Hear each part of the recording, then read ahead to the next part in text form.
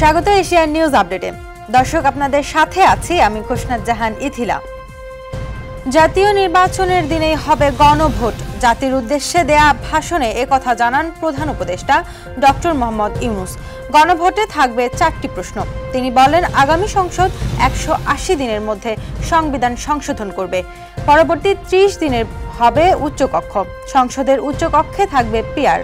প্রধান উপদেষ্টা আরও জানান, ফেব্রুয়ারির প্রথমার্ধে নির্বাচন হবে। ভবিষ্যতের সুশাসন প্রতিষ্ঠায় সংস্কার গুরুত্বপূর্ণ ভূমিকা রাখবে বলেও আশা প্রকাশ করেন প্রধান উপদেষ্টা।